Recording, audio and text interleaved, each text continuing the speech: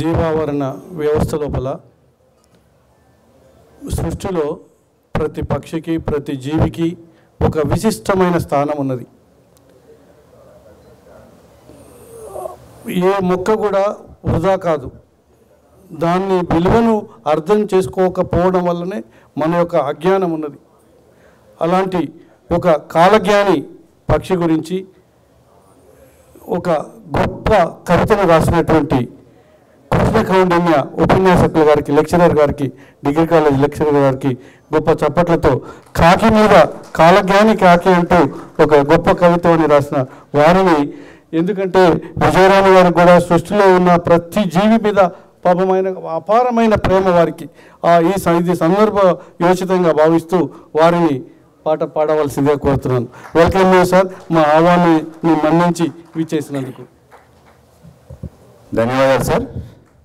ఇవాళ ఈ సహజ వ్యవసాయ విధానం గురించి ఏర్పాటు చేసినటువంటి కార్యక్రమానికి అధ్యక్షత వహించినటువంటి మన నల్గొండ ఫాలేకర్ అన్నారు ఒక మిత్రుడు. నిజంగా ఇప్పటి నుంచి మనం నల్గొండ ఫాలేకర్గానే వారిని పిలుద్దాం. పెద్దలు ఎదుళ్ళ అంజయ్య గారికి, అదేవిధంగా ముఖ్య అతిథిగా విచ్చేసినటువంటి పెద్దలు గౌరవనీయులు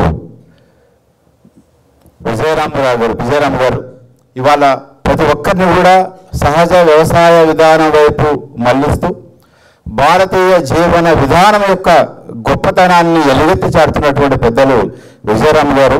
వారికి మరొక్కసారి మనం అందరం కరతాళ ధ్వనులతో వారికి మరి ధన్యవాదాలు తెలియజేస్తూ, అదేవిధంగా వ్యవసాయ కమిటీ చైర్మన్ రమేష్ గారు, ఇంకా వేదిక నుంచి పెద్దలకు, వేదిక ముందున్నటువంటి ప్రకృతి ప్రేమికులకు అందరికీ శిరస్సు వంచి నమస్కరిస్తున్నాను. శరీరం ఆద్యం కలు ధర్మ సాధనం అన్నారు.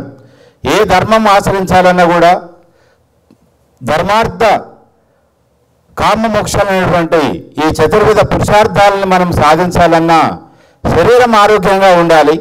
ఇవాళ మనం ప్రకృతికి విరుద్ధమైనటువంటి వ్యవసాయం చేస్తూ, ప్రకృతి విరుద్ధమైన జీవన విధానాన్ని కొనసాగిస్తూ మనం మన శరీరాన్ని విషతుల్యం గావిస్తూ నిరంతరం అనేకమైన రోగాల బారిన పడేటట్టు చేస్తున్నాం. ఆ విధంగా కాకుండా మనం మన శరీరాన్ని, మనం ఉన్నటువంటి ప్రకృతిని అమృతమయం గావించాలనేటువంటి ఒక సదుద్దేశంతో ఏర్పరిచినటువంటి కార్యక్రమం ఇది. అదేవిధంగా మనిషి మాయమైపోతున్న సందర్భం, మనిషి అన్నవాడే మాయమైపోతున్న సందర్భం ఇది.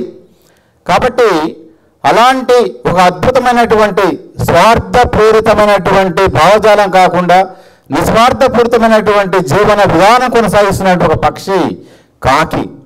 చాలామంది కోకిలను చాలా గొప్పగా చెప్పుకుంటారు. కోకిల గానం అద్భుతమైంది, అది మైమరిపింపజేస్తుంది, పరవశింపజేస్తుంది అని గొప్పగా చెప్పుకుంటారు. అంటే మైమరిపించే విధానంలోనే అది నువ్వుగా కాకుండా చేసే విధానం కోకిలగా కనబడుతుంది, కానీ కాకిలో ఆ గుణం కనపడదు. కాకి అనేటువంటిది కల్పయోలుతనం కలిగినటువంటిది, నిస్వార్థపూరితమైన జీవన విధానం కలిగినటువంటిది అని భావిస్తూ అందరూ కోకిలను మెచ్చుకుంటారు. కానీ కాకి ఇంత గొప్పది కదా, ఎందుకు కాకి గురించి ఎవ్వరు కూడా ఏ కవి కూడా రాయలేదు అని భావించి ఆ కాకి గురించి నేను రాసినటువంటి పాట ఇది. బలగం సినిమా మొత్తం కాకి మీదనే ఆధారపడి తీసిన సినిమా. బలగం అంటేనే కాకి, బంధాలంటేనే కాకి, నిస్వార్థపూరితమైన జీవనం అంటేనే కాకి. అలాంటి కాకి గురించి, కాకి కన్న మించిన వేదాంతి ఎవరు లోకంలో, కాకి కన్న మించిన సద్గురువు ఎవరు భువనంలో, కాకి కన్న మించిన వేదాంతి ఎవరు లోకంలో, కాకి కన్న మించిన సద్గురువు ఎవరు భువనంలో, కాకి కన్న మించిన సహకారి ఎవరు లోకంలో, కాకి కన్న మించిన ఉపకారి ఎవరు భువనంలో. లోకులు పలుగాకులు అని కారు కూత కూస్తారు, కాకి అరుపు కర్ణ కఠోరమ్ము అంటూ అరుస్తారు.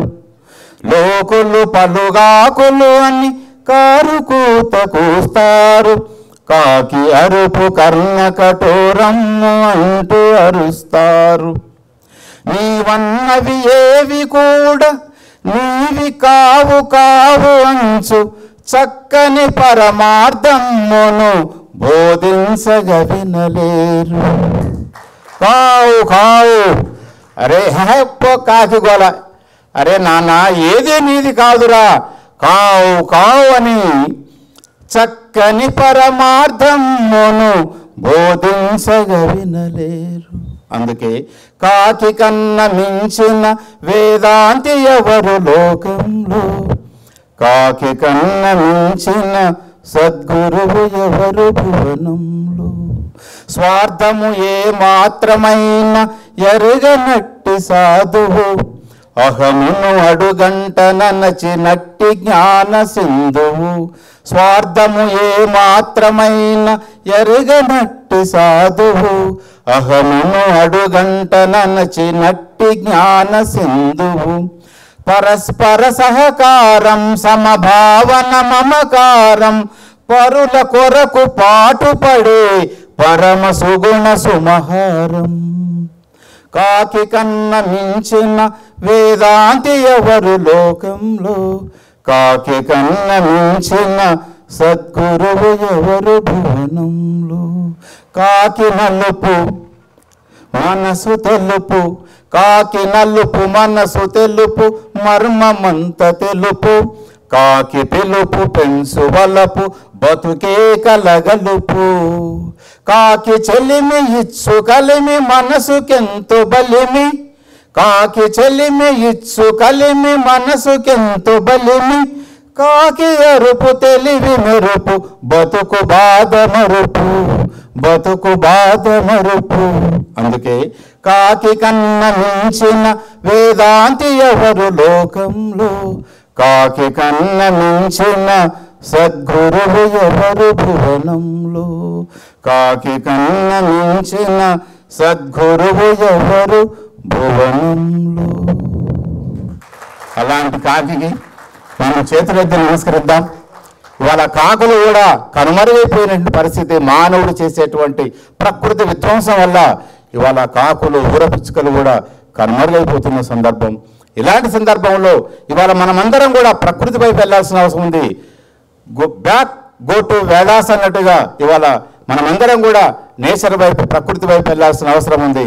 ప్రకృతిని ఎవరైతే ప్రకృతిని మనం రక్షించినప్పుడే ఆ ప్రకృతి మనల్ని మనం కాపాడుతుంది. కాబట్టి ఆ విధంగా ఇవాళ మీరందరూ, నేను అనుకున్నాను నల్లగొండలో ప్రకృతి ప్రేమికులు అంటే ఒక ఎదుళ్ళ అంజరెడ్డి సారే ఈ ప్రకృతి వ్యవసాయం చేస్తున్నారు అనుకున్నాను. కానీ ఇవాళ ఇక్కడికి వచ్చిన తర్వాత ఇంతమంది మరి ప్రకృతి ప్రేమికులు ఒక్కొక్కరు ఇవాళ ఉన్నది 150 మంది 200 అయినా కూడా నేను అనుకుంటాను ఒక్కొక్కరు 100 మంది కాదు 1000 మంది పెట్టిగా నేను భావిస్తున్నాను. కాబట్టి ఒక్కొక్కరు 100 మంది 1000 మంది పెట్టిగా భావిస్తున్నాను. ఎందుకంటే మీరందరూ ఇవాళ గ్రామాల్లోకి వెళ్ళి ఈ ప్రకృతి వ్యవసాయం యొక్క గొప్పతనాన్ని తెలియాల్సిన అవసరం ఉంది. ఒక లెక్చరర్గా నేను కూడా, ఎందుకంటే ప్రభుత్వ కళాశాలలకు వచ్చే విద్యార్థులందరూ కూడా రైతు బిడ్డలు ఉంటారు కాబట్టి ఈ ప్రకృతి వ్యవసాయం యొక్క గొప్పతనాన్ని వారికి నేను తెలియజేస్తానని సందర్భంగా తెలియజేస్తూ ఈ చక్కని అవకాశం కలిసినట్టు పెద్దలు ఎదుళ్ళ అంజరెడ్డి గారికి, కాదు నల్గొండ ఫాలేకర్ గారికి హృదయపూర్వక ధన్యవాదాలు తెలియజేస్తూ ముగిస్తున్నాను. Thank you sir.